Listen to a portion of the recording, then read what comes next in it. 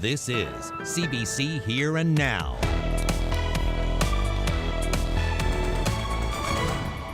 Close to 50 cases and long waits for testing. A lot of Deer Lake right now is kind of just like in panic mode. Deer Lake's not a unique situation. Obviously, this is happening around the country. We'll check in with Deer Lake tonight to find out how that community is coping. One more weekend left before Christmas, and it's gonna start messy for the island.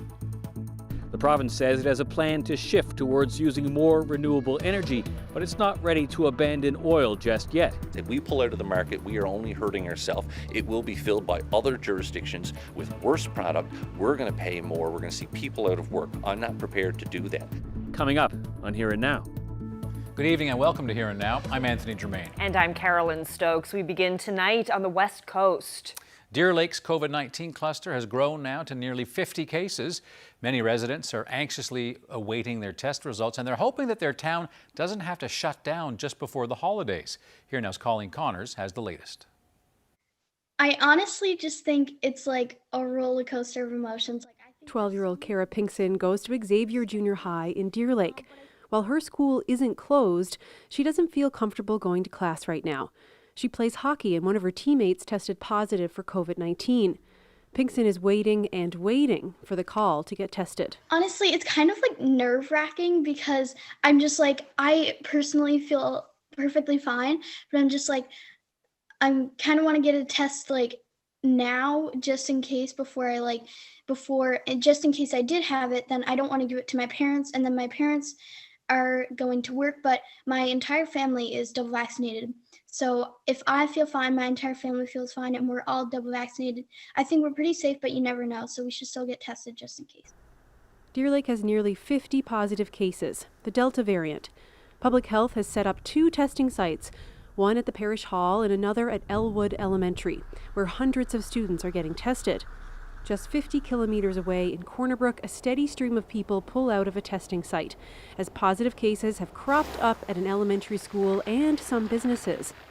The health authority is pleading with the public to have patience while staff administer tests. Deer Lake's mayor and council are meeting with the premier and public health daily. His biggest concern right now, the well-being of young people. And be patient. Let's all remember that there's children involved, so let's keep them, anxiety can be very hard for children, especially with stigma. It's something that we as adults can control in a responsible way to, be kind to each other, work through this with each other, and just be patient with Western Health. They're working as hard as they can, and, they've been working around the clock. They're pretty exhausted. Public Health says it's not clear how this cluster started, but there is community spread.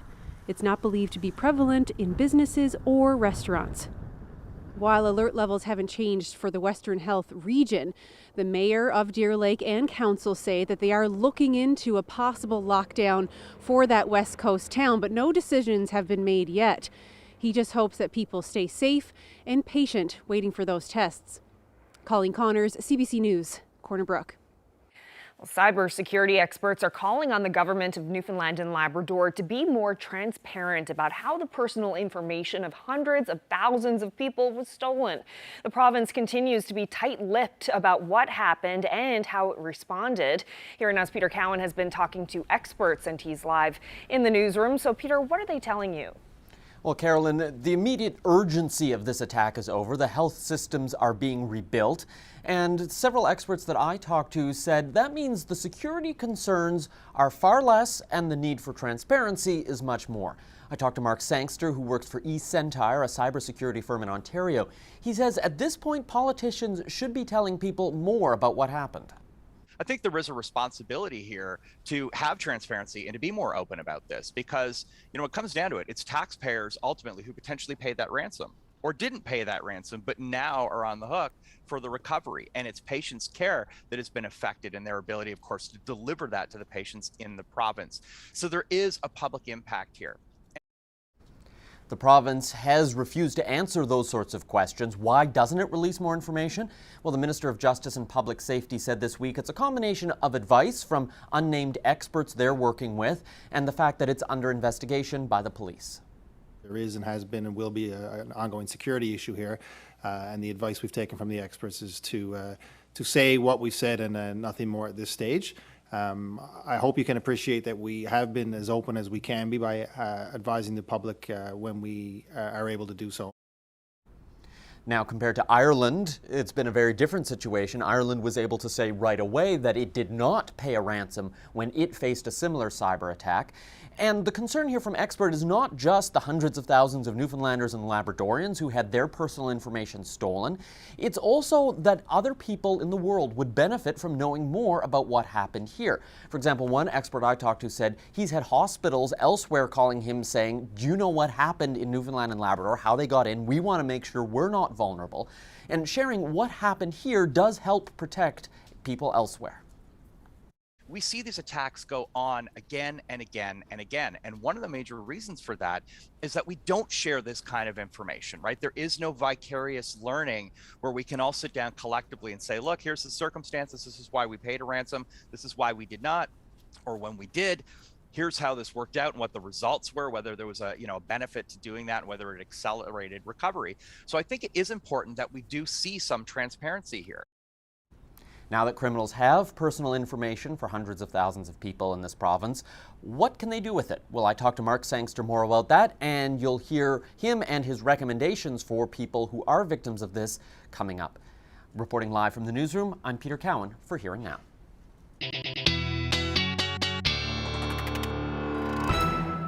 Temperatures today were quite chilly across the province under a ridge of high pressure at the moment, but that is all going to change as our next weather maker moves in. Going to see some snow for parts of Labrador as well as parts of the island that will eventually change over to rain. But we do have snowfall warnings in place for the northern peninsula right along the strait and including Green Bay, White Bay, as well as a wreck house wind warning in place. And then Churchill Falls is currently under a snowfall warning as well.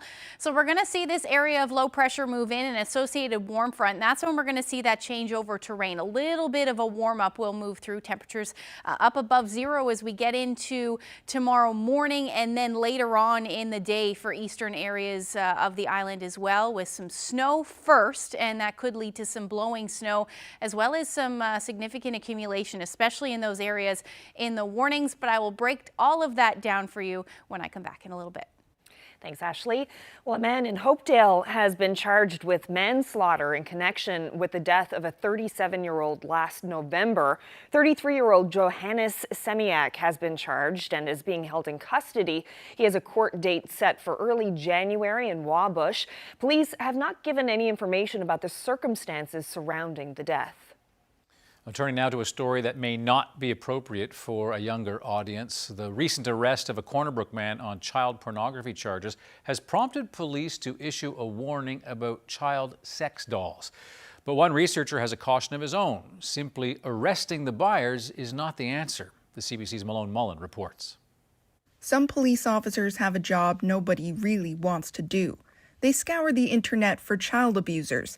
And according to one St. John's sergeant, more of them seem to be popping up every year. In relation to our type of work, we've seen an increase probably almost triple in the last 3-4 years. Chad Norman is part of the internet child exploitation team here in Newfoundland and Labrador. Aside from the usual photos and videos, they sometimes come across more unconventional depictions, ones that exist in the gray area of the law. Last year, his team intercepted a sex doll made to look like a minor. They laid charges last month on a Corner Brook man whose residence it was allegedly destined for. But even though a doll isn't an actual person, police say it's still illegal. Child sex doll represents a child and it fuels fantasies.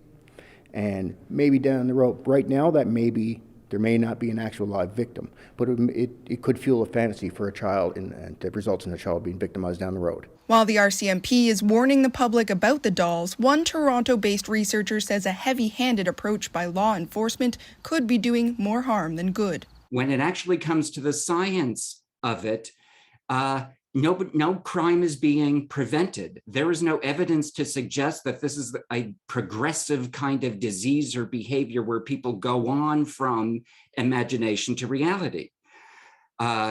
It really just follows what we know about human sexuality in general. Whatever we can't do in reality, we do in fantasy, and that includes toys. James Cantor thinks the best way to prevent child abuse is through therapy, not just jail time, and believes the threat of arrest could be keeping people from asking for help. The best that we can tell is that this population is no different than any other population. The better we make alternatives available to them, the more they will take advantage of it. There's no specific anonymous service for people who might be at risk of abusing children in this province, but there is this new national hotline for people at risk of harming a child. Police, though, have a more conventional warning. I think the best way is just to be vigilant. I mean, parents and children need to educate themselves. Malone Mullen, CBC News, St. John's. Well, ahead of the holiday season, police are also warning parents to talk to their children about the dangers of electronic gifts, saying smartphones, tablets, and computers all offer opportunities for online predators to communicate with children. So some basic rules of thumb here: don't include too much personal information in an online profile, only communicate and accept friend requests from people you know, and do not under any circumstance post or share nude or sexualized images. Now, should a young person become the victim of online abuse, the RCMP says don't feel embarrassed. Talk to an adult you trust and contact your local police. Well, if your holiday celebrations typically include fireworks, this next story may put a damper on your plans. A new St. John's bylaw comes into effect at the end of the month. It means you'll only be able to light up the sky 2 times a year. The CBC's Meg Roberts has more. It's good news for your nervous dog, who now won't have to spend the holidays crouched under the table. The city's new bylaw will only allow fireworks to be set off on New Year's Eve and Canada Day. This comes after years of complaints, according to council. So the concerns range from, it wakes up my children, to my dog is terrified of fireworks, and, pets go missing, and there are a lot of valid concerns. It's also a sensory issue for many people. There are similar bylaws in Mount Pearl, Paradise, and CBS. Residents can call 311 to report fireworks going off outside the permitted days. It impacts people's quality of life when it comes to unwanted noise in their areas. But if you know to expect it on New Year's Eve or on Canada Day, you can prepare for that, for the impact that it might have on your family. People can apply for a special events permit. The request will go to an advisory committee and be voted on by City Council. The city also has the right to change the 2 dates if the weather on Canada Day or New Year's Eve doesn't cooperate. For an audiovisual company that sells fireworks, it could be a costly decision during an already difficult time. We were down business 100% done overnight. Everything we do is go to conventions or conferences, things like that were totally just gone. And even now, we're still not back to where we want to. We're about 50% of our business. Our industry is still hurting, huge. So something like the family fireworks sales at the end of the year is a little boost to give us like a bit more revenue at the end of the year. So we hope that it doesn't have a negative effect, but it remains to be seen. The city says it will still have a New Year's Eve fireworks display over Kitty Vitty Lake at 8 p.m. Meg Roberts, CBC News, St. John's. The Francophone School Board is looking for another leader. Director of Education and CEO Kim Christensen is leaving the job as Executive Director. A release from the board says Christensen had just started a second 5-year term when she decided to resign so that she can return home to Ontario to be with her family. Now, Christensen faced criticism earlier this year when it was revealed that she was doing her job from out of province. The province's education minister said he had no power over that because the Francophone Board operates independently. Well, the province has announced a 5-year plan to move Newfoundland and Labrador towards more renewable energy. Critics say the goals are commendable, but the plan is short on specifics. Here and Now's Mark Quinn reports. The province says that by 2026 it hopes there'll be more reliance on wind and hydropower and less need for fossil fuels and generating facilities that burn them. But the plan announced today has no budget or dollar figures attached to it. Industry, Energy and Technology Minister Andrew Parsons is asking the public to be patient. You're just going to have to give us some time here to be able to report back on this. But this is the first time that I'm aware of in a significant period of time where we are talking in very, I would say, more defined terms. I don't know if it's hard as concrete, but it's very defined terms on we are absolutely looking at these other resources. A past Liberal government promised to double this province's oil production by 2030. Parsons was asked to square that with the renewable energy plan. We have some of the best possible resource. If we pull out of the market, we are only hurting ourselves. It will be filled by other jurisdictions with worse product. We're going to pay more. We're going to see people out of work. I'm not prepared to do that. The province's official opposition agrees we have to use all of our energy assets, but it says the renewable energy plan released today is too little, too late. This plan is probably 2 years late, as it was promised to be delivered in 2019, and it doesn't show us any key dates when these deliverables will come, and there's a high lack of investment from government. There's no funding committed to it, so you wonder how committed they are to their own plan when they don't do any of those things. Andrew Parsons says stay tuned. He says more announcements about renewable energy are coming. For example, he expects changes that will make production of wind energy more possible.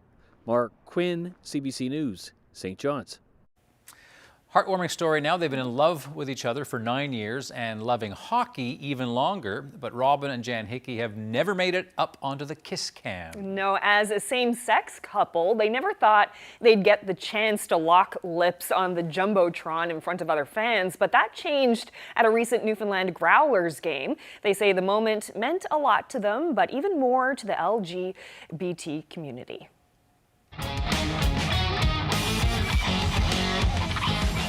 We are really, really big hockey fans. Robin is my first love. Hockey's my second. We've had season tickets now for years and years.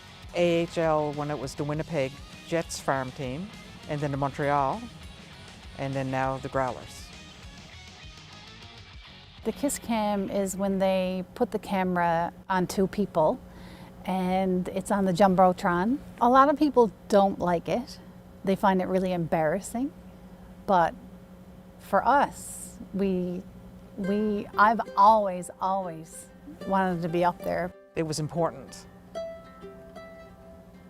Because of who we are, we're same sex.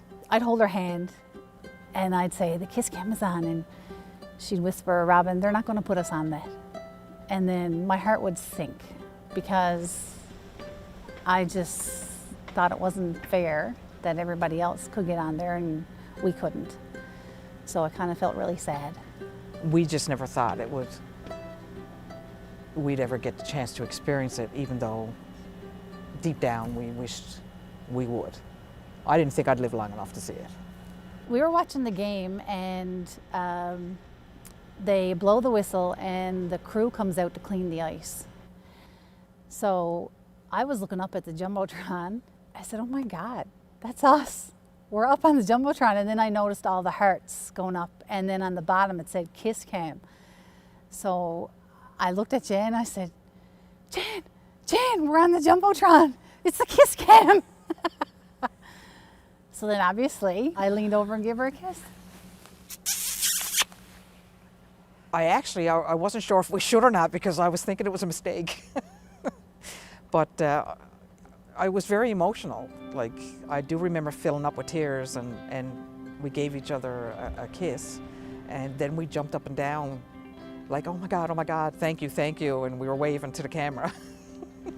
For the future, I'm hoping that it's normal for everybody else like us to feel normal and not be excluded. Hockey is for everyone. Love is love.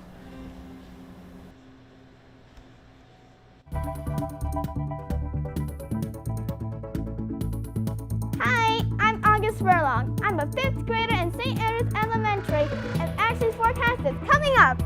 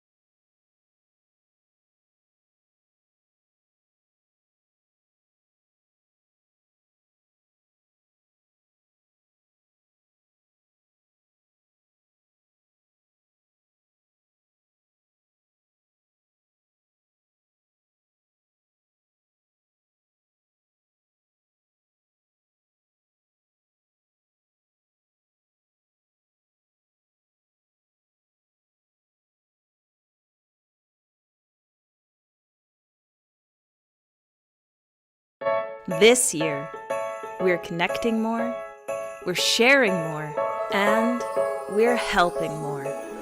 This season, whatever kind of season you make it, make the season kind.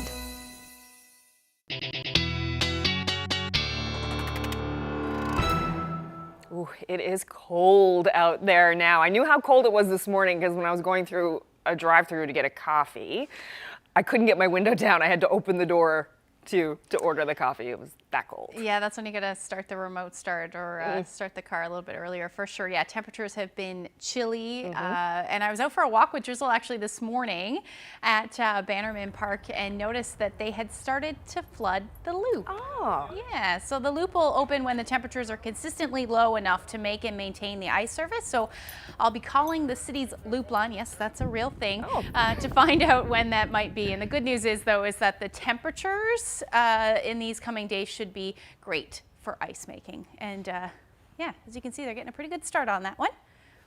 And the temperatures today, obviously very great for ice making. Didn't even get above -7 this afternoon. That's actually the coldest temperature that we've seen since February. And so it's definitely been fairly cold. It will continue to be cold. It's fairly chilly for most of the island, -3 in Corner Brook, those temperatures in Labrador, -6 in Lab City, but the rest of Labrador hovered in and around the minus double digits today. And the reason for that, a ridge of high pressure. Some colder air with it, but our next weather maker, this area of low pressure, bringing a warm front with it, and that means that some of the temperatures across the island are actually going to bump up as we head through the overnight hours tonight and into tomorrow afternoon as that warm front starts to move in. So right now, though, those temperatures fairly chilly, and they're going to cool down a little bit more as we head through the evening hours tonight. But wind chill values feeling closer to -16 in St. John. So if you are planning on heading out tonight, make sure you bundle up for sure. -23 is what it's feeling like in Cartwright, and -13 in Lab City. Now, taking a look at the wind chill outlook along with the temperatures, we'll see that they'll bottom out tonight in and around 7, 8 o'clock, or 8 or 9 o'clock rather, on the west coast tonight.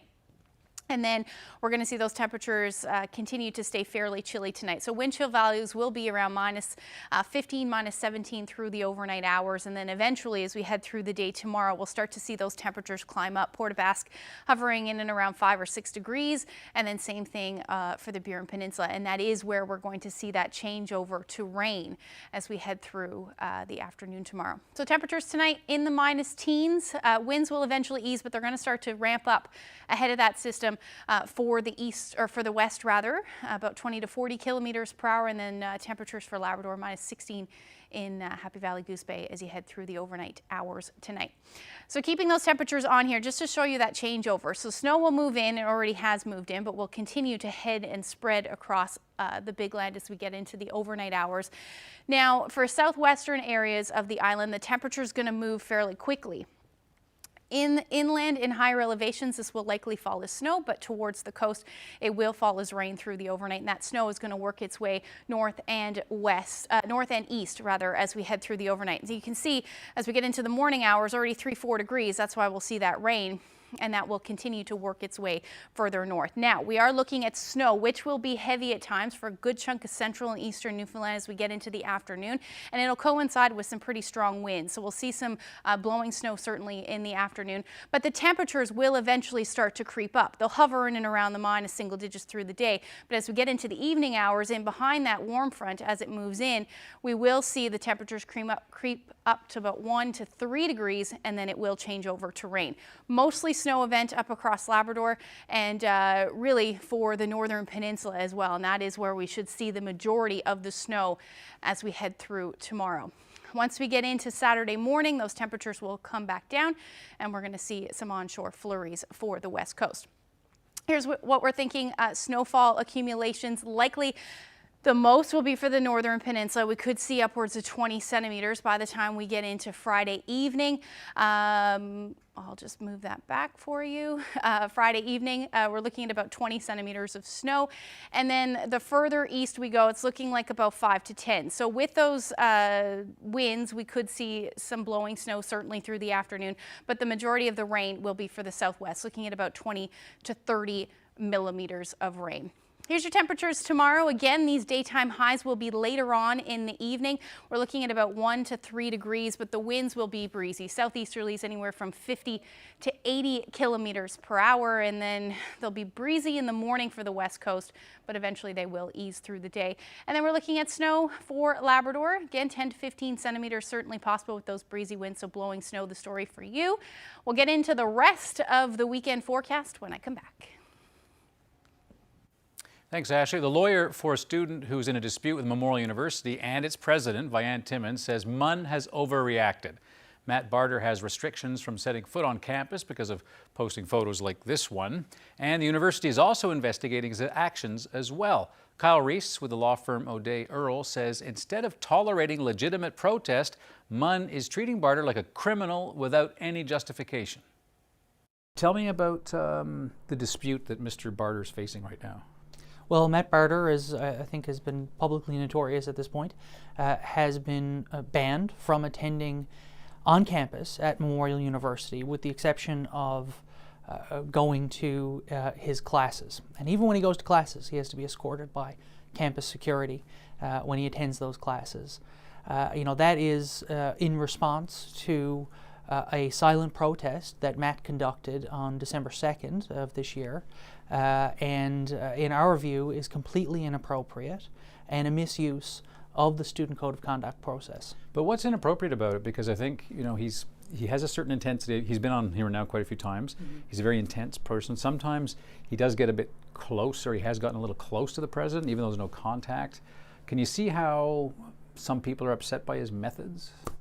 Sure, and I would suggest that anybody has a right to be upset by any methods employed by any student in their form of protest. In fact, I'd also argue that upsetting people is sort of part of the point of protest. I don't think it is cause for a safety concern that a student gets, in a subjective view, too close to the university president. They're not the president of the United States, where their well-being is an issue.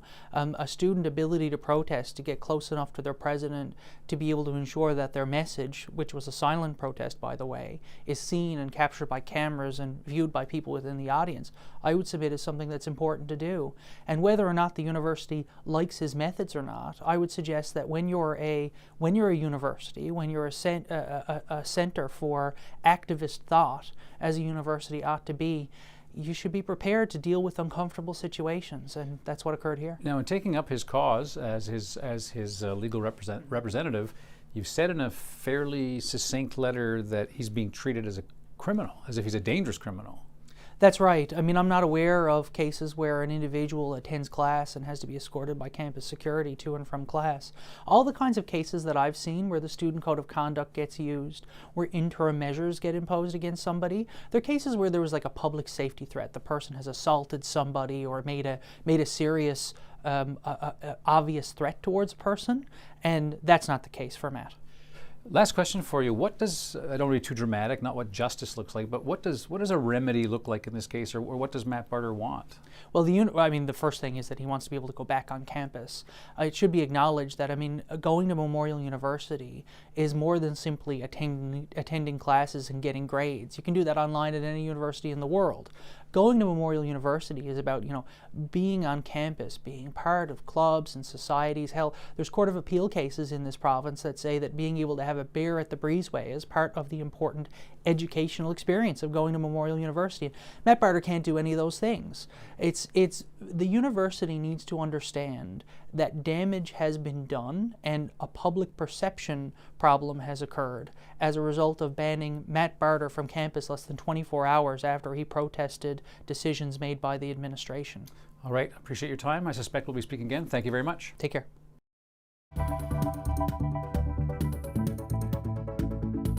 Think about a passport being stolen. Well, you can have that invalidated. You can have a new one issued, or a credit card can be canceled, but your social insurance number is literally your identity. On the dark web, it can be sold for fraudulent credit used to take out a loan. Peter Cowan consults with an expert what you should know about the healthcare hack. That's just ahead.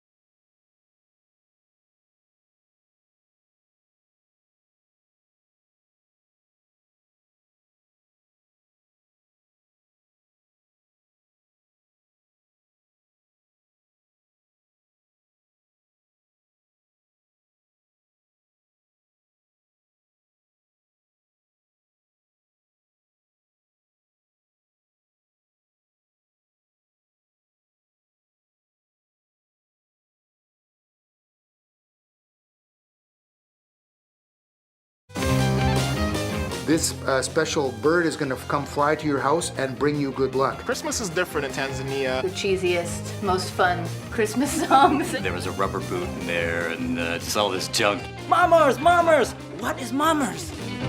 Spreading that tradition, sharing it with our friends. A little bit of joy and a little bit of dancing. Took me forever to try to figure it out, but... Not much has changed, Brad. No.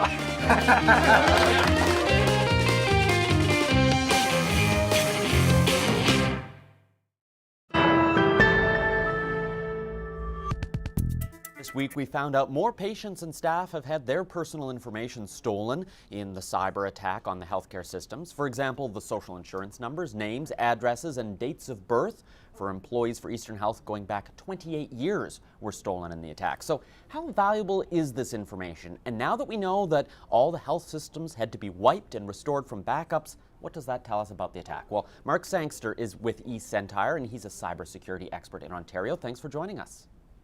Oh, you're very welcome.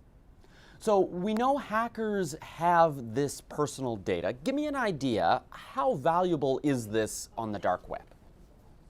Yeah, I mean, each package is worth anywhere between, let's say, $40 to $60. And that's for what the hackers call fulls, or if we use sort of more normal terminology, it's a full identity packet. So that's where they have things like the victim's social insurance number, banking information, their home address, maybe their mother's maiden name, date of birth, etc.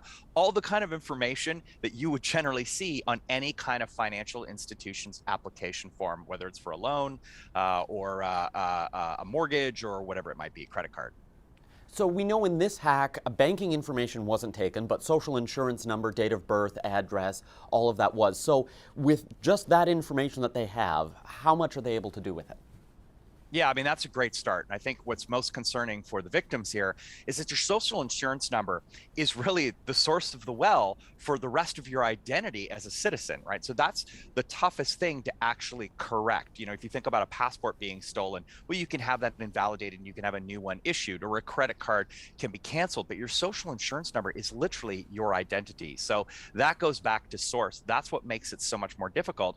And in the hands of criminals, that is, you know, effectively enough ammunition that they need to be able to go out and start to source that false identity and the fraudulent credit that they're going to go take out in your name, right? Like they're going to go buy a car or get a credit card or get a loan to, you know, do a payment over time for whatever it might be, TVs, furniture, etc. Anything that they can then fence on the dark web. So it's pretty concerning. Health officials have said there's no evidence that any of this data has been misused. So should that give people comfort? You know, I think the challenge here is that's a bit difficult to say because we don't have direct line of sight to exactly what was accessed and how and for how long. That said, these kind of umbrella types of statements are concerning because the reality is we don't know where it's gone out into the wild. We don't know who has had access to it and where it may go. And I think everyone effectively has to be in a position of skepticism, right? We have to assume the worst here and hope for the best. So anyone who's been affected by this needs to go out and do things like make sure that they've got a fraud alert on their bank account and check their credit card and their debit card statements to see if there's any sort of unusual or erroneous types of spends that they can't account for, because these are the kind of things that are indicative of something going on within their financial sphere. For the first time, officials have said that they had to wipe all of the servers, and they're talking about hundreds of different programs, and rebuild them all from scratch. So does this mean that the province didn't pay a ransom in order to get the key to decrypt this data? Yeah, I mean, that's one possibility here. So when we see things like ransomware attacks, there's just a few scenarios. The one, of course, is that the victim organization elects to pay the ransom in return for the decryption keys that helps them. Now, even when firms do this, the sort of second scenario is that many of the files won't necessarily be recovered. So they're either just missing, they weren't properly replicated by the criminals, or the files themselves have been corrupted in some way. So they end up going to backup. So it's not a guaranteed sign here that they did not pay the ransom, but what we do know is they're now in a position of having to do a significantly heavy lift where they're going right back, you know, sort of stripping it back down to the frame, as it were, in a sort of a digital sense, and then rebuilding again from those backup systems, which is extremely painful, very time consuming and costly. Well, Mark Sangster, I appreciate you joining us and sharing your insights here. Thank you very much. Oh, you're very welcome.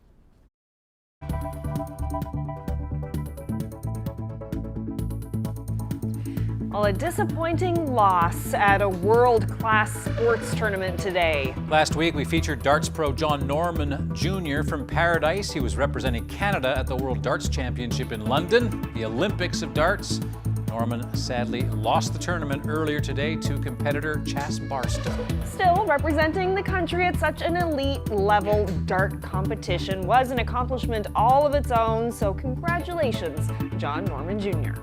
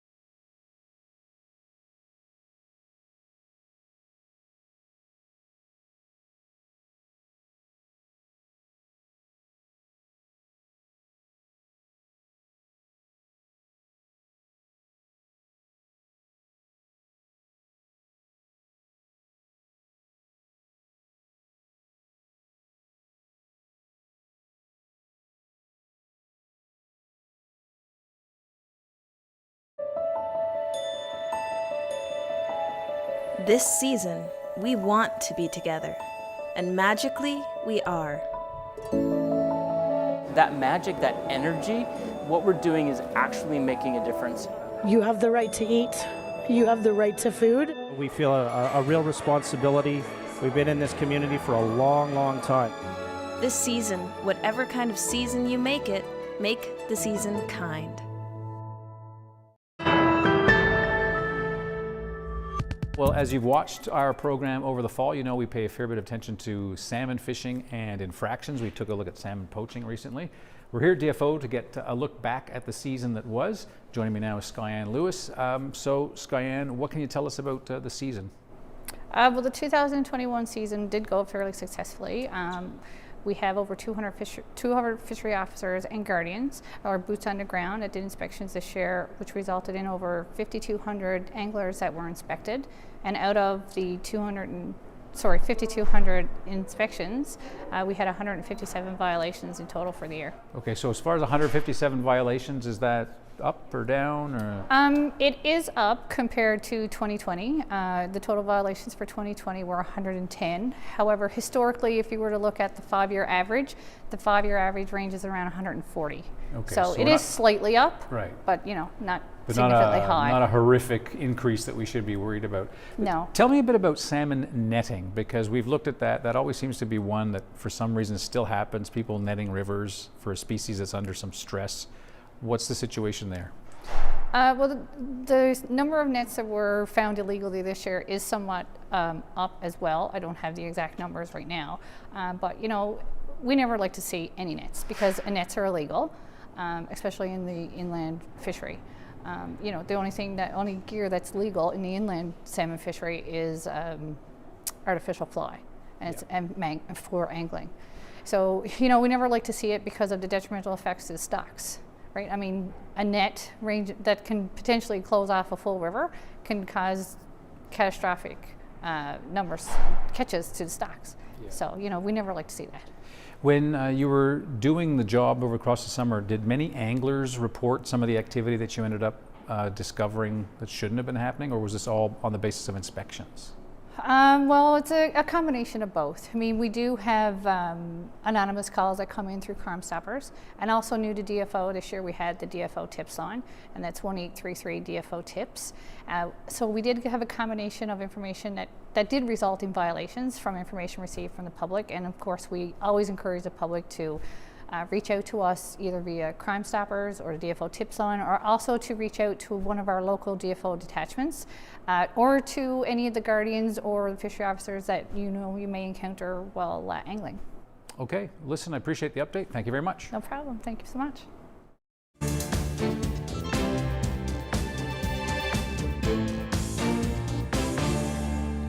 For the second day in a row, Britain has set a new daily record for the number of new COVID-19 cases. More than 88,000 were reported today. That's 10,000 more than yesterday's record number. The CBC's Tessa Arcilia has the latest. The UK is recording record numbers of daily infections led by the exponential rise and spread of the Omicron variant. There is a resistance to being over-prescriptive on what people should and shouldn't do, especially with Christmas just around the corner. But people should be careful about whom they socialize with and to not spend time with people they don't absolutely have to spend time with. All the things that we do know are bad. And the principal one being the speed at which this is moving. It is moving at an absolutely phenomenal pace, and therefore between the time that it first starts to really take off in a way people will be able to see and the point when we get to very, very, very large numbers will be quite a short one, and that I think is part of the issue. Plans have been changing, including the Queen's. She has had to cancel that pre-Christmas lunch, the family lunch that they've had all these years. This is the second time that this has been canceled. And because of that exponential rise in cases here in the UK of the Omicron variant, France has introduced new travel restrictions. Starting on Saturday, non-essential travel from the UK to France will be banned, and only French citizens and their immediate families will be allowed in. And if there is a compelling reason to travel, and if you are traveling to France, you will need a negative COVID test within 24 hours of that departure. So all these changes coming to light as, again, record numbers of Omicron variant cases and COVID cases continue to rise in the UK. Tessa Arcilia, CBC News, London.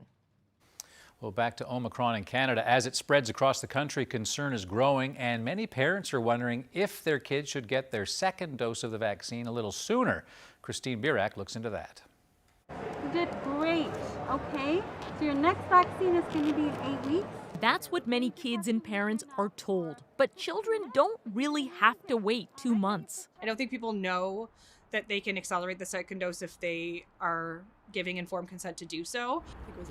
It depends on where you live, but with Omicron spreading in Ontario, Elizabeth Patrick says her son's pediatrician shared her schedule for second doses. She booked her own kids for the 4-week mark, which is a pretty big endorsement for me.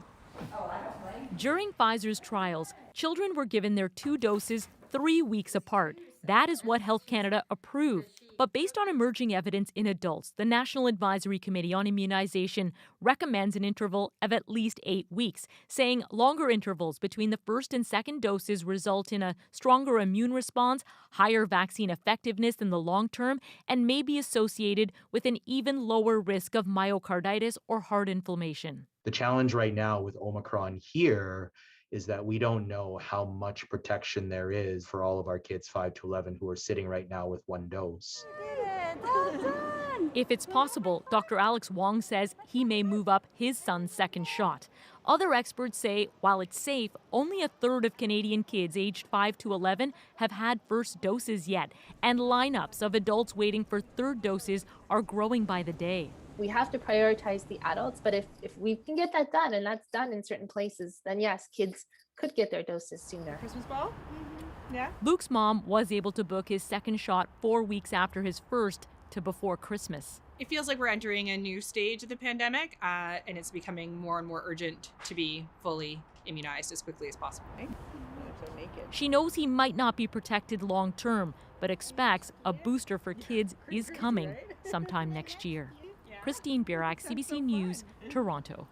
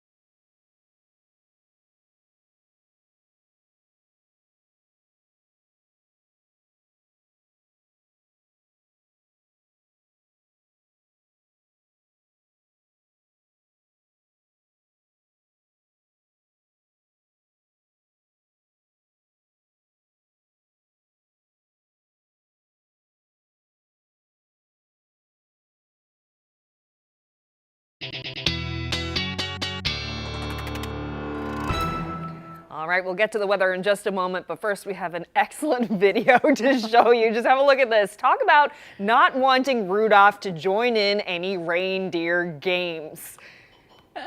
A BC woman puts an archery target with a red bulb attached to its nose on her front lawn for the holidays, but a local buck was not impressed. Very curious, and then decides, nope, don't like this. Made it pretty clear. Apparently, this happens every year, so Rudolph is not getting a warm welcome from his furry relatives. I love that video. Yeah, it's That's great. so wonderful. So, looking at the long-range forecast, how are things looking? I guess we're going ahead to the weekend now. And the last weekend before Christmas, yes. So a busy, Hard to believe. Yeah, busy shopping week. I still have not got my shopping done. I started strong. Oh. Didn't end that way. Yeah. That's okay. Let's take a look at the forecast. We're looking at Friday evening, that change over to rain, which I mentioned a little bit earlier. Here's a better picture of that. And it's going to continue to be warm through most of the overnight and actually through most of the day on Saturday as well for eastern Newfoundland. By the time we get into the evening hours, it does look like temperatures will drop, but we are looking at that potential for snow, especially along the west coast into the afternoon hours and well, mainly through actually all day with some snow accumulating. We could see between 5, maybe in some areas 10 centimeters and even higher in some of the higher elevations. Here's your temperatures for Saturday, -12 for Lab City. Temperatures along the coast looking at about -5 for Happy Valley, Goose Bay, Cartwright at -2.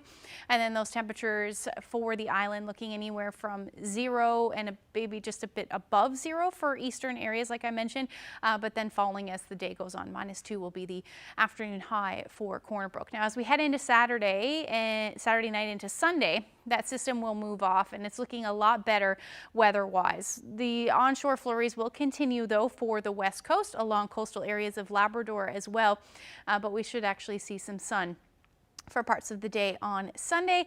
And with that snow, though, continuing for coastal Labrador through the afternoon. So temperatures will be in and around the minus single digits for most of the island and then up across Labrador. Not showing that snow icon, but that will move in as the day goes on. So -10 for Cartwright, -12 for Happy Valley, Goose Bay. And like I said, temperatures into the minus single digits for the majority of the island with some mixes of sun in there as well. Now temperatures are going to stay quite cool as we get into next week. So like I said, pretty good temperatures for ice making for the loop and getting closer and closer to Christmas. So maybe we'll see a white Christmas. Definitely going to keep an eye on that one for you. But the temperatures, like I said, -5, sunshine by the time we get into Tuesday. It looks like at this point, and then as we head towards central Newfoundland, you're looking at similar forecasts as far as temperatures go. But the chance of a few more flurries in the mix. Don't really see any too much in the way of accumulation, but still looking at that chance of flurries. Now for western Newfoundland, onshore flurries will continue, generally gray skies and minus single digits for you. And then again, some accumulation more than likely. And then for eastern Labrador, you're looking at sunshine by the time we get into Sunday and then returning to unsettled conditions for Monday and Tuesday with that rain. Again, it'll move in late day. Rather with that snow, move in late day Sunday and then continue through Tuesday. Western Labrador, you're looking at a cool but nice stretch of weather as we get into Monday, and then Tuesday some more snow will move in for you in the evening hours. Now I know we showed this last week, but I love when we get these photos. Port de Grave boats are just absolutely beautiful. Joshua shared this shot with us, and if you have any weather photos that you would like to share with us, send them to nlphotos@cbc.ca. Yes, wonderful every year, right? It really is. It never gets old. Like to take a drive out there and have a look in person. Definitely. Yeah. Great to see because I couldn't see it last week when we did the Feed and L show. I could just. That's right. I could only hear the lights. You could hear it. Yeah. You could hear it, but you couldn't see it. Well, that about does it for us tonight. But a quick note, though, that Atlantic Tonight will not be going ahead this evening. Our apologies for that for all of our late night news watchers, but no Atlantic Tonight. All right. Yeah. Thank you for that note. And that's it for us tonight. Thank you so much for joining us, everyone. Have a great evening. Good night. See you tomorrow.